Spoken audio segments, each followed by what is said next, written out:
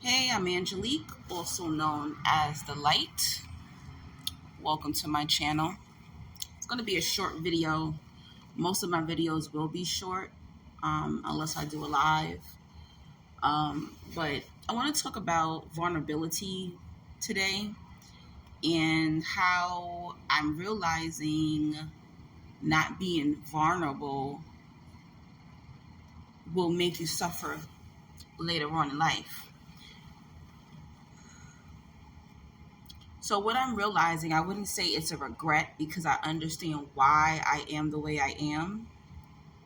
So the reason why I have an issue with being vulnerable to a certain extent is how I was raised. So when you are a parentified child or you grew up in a narcissistic home or abusive home, toxic home, where a lot of your needs were not met, you had to figure it out on your own, right? So I adapted this very super high independent mindset, not because I wanted to. And, for women, we get called masculine, right? Because masculine is action energy. It's supposed to provide, it's supposed to protect, it's supposed to be the problem solver, right? That's what masculine energy is. And I have all of that. And yes, I had to go through shadow work, self healing, and my divine feminine energy journey in order to stop that hyper masculinity, aka hyper independency, right?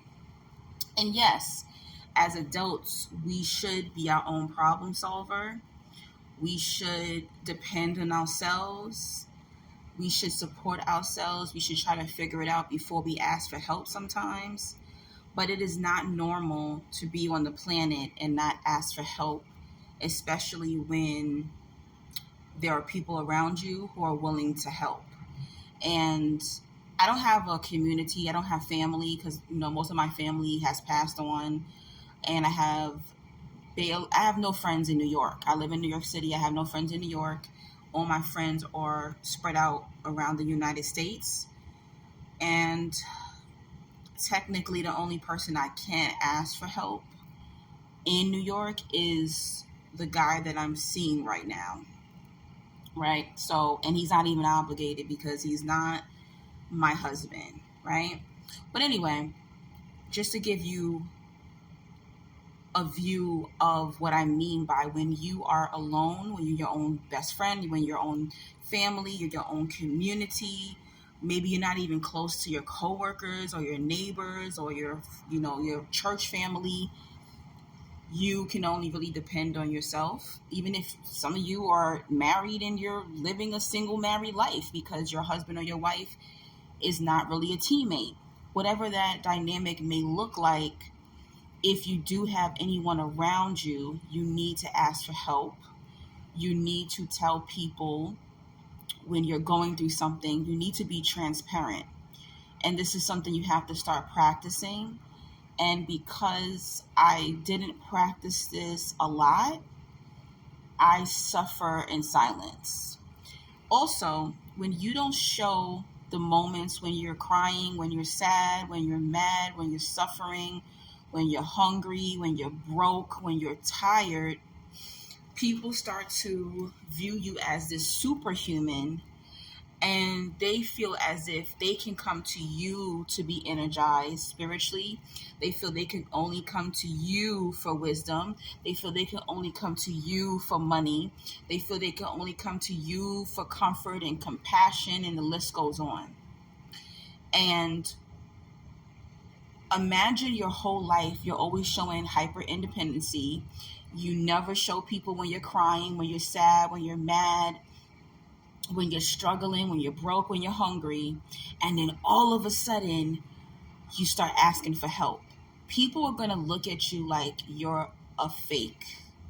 And that is where I'm at in my life right now. I feel like a lot of my followers think I'm fake because I am finally coming out and asking for help. I think a lot of people think I might be a scammer. I think a lot of people think I'm exaggerating or being dramatic And also, you train people to not give a fuck about you. You know, there are friends and family who know of my circumstances, and the truth is, they don't care. They don't care. Oh, she'll be fine. She'll be fine.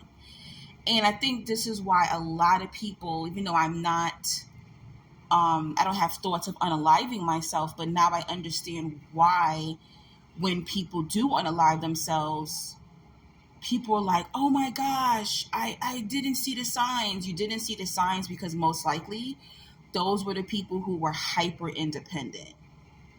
Those were the people who were afraid to ask for help or always showed strength and didn't practice showing or asking for help. You know, and last month I needed transportation money, I needed grocery money, and I hit up my step uncle that I grew up with, which is crazy because he's the brother to the narc stepfather. And I was just like, oh, I need $100. And I said, I'll give it back to you when I get my taxes. And he says, no, you never ask me. All the other nieces and nephews, I'm spending hundreds of dollars on them. You never ask me. So when you ask me, I know you need it. Keep it. And I was just bawling. I'm getting teary-eyed right now. So sometimes there will be people who see through that and they will bless you. You know, there's some people who's always asking for help. It's not always just financial. It could be anything. You know, they're always asking for help. But I'm telling you now, if you are hyper independent, if you were a child where you had to figure things out for yourself, like you had to put that toy together, you had to cook for yourself, you had to do anything by yourself, stop it now. Start off little. It's okay if people say no, because everybody got their own shit going on. Maybe your friends don't got the money, maybe your friends don't have the time, they don't have the effort, maybe your friends don't even have the capacity to even listen to you cry or vent, right? Don't become energy vampire now. But I'm telling you, you better start asking for help. You better start crying. You better start showing vulnerability, because people are going to think you're fake. People are going to think you're being dramatic. People are going to feel like, oh, you'll be fine. They're going to make you out to be a superhuman. People are only going to look at you to give them strength. And that is where I'm at right now in my life. And that is one of my biggest regrets. But it really shouldn't be a regret, because it was something that I was abused into. When you're neglected, you have no choice but to be there for yourself, right? And even, I had a fraud incident on the 1st on my card, right? And they took my last bit of money. And even I told the guy that I, talked to right now, and I didn't even ask him. He was like, oh, check your account. And he sent me money, not the same amount that I lost, but he sent me something and he didn't have to do that, And, shout out to Free. She sent me a donation. So I really appreciate that.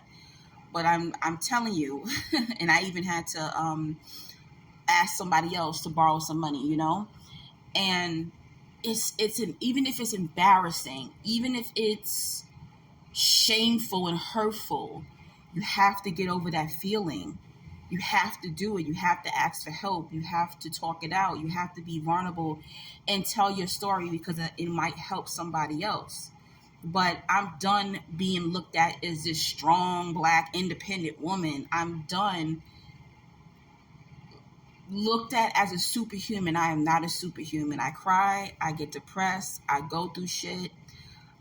I'm sad. I'm angry. I go through all the same emotions as everybody else do. Even though I am a powerful woman, I go through my shit too. So that's my advice. If you're hyper independent, you better stop it and become vulnerable. Don't forget to donate, comment below, and subscribe to my channel. Peace and blessings, I say.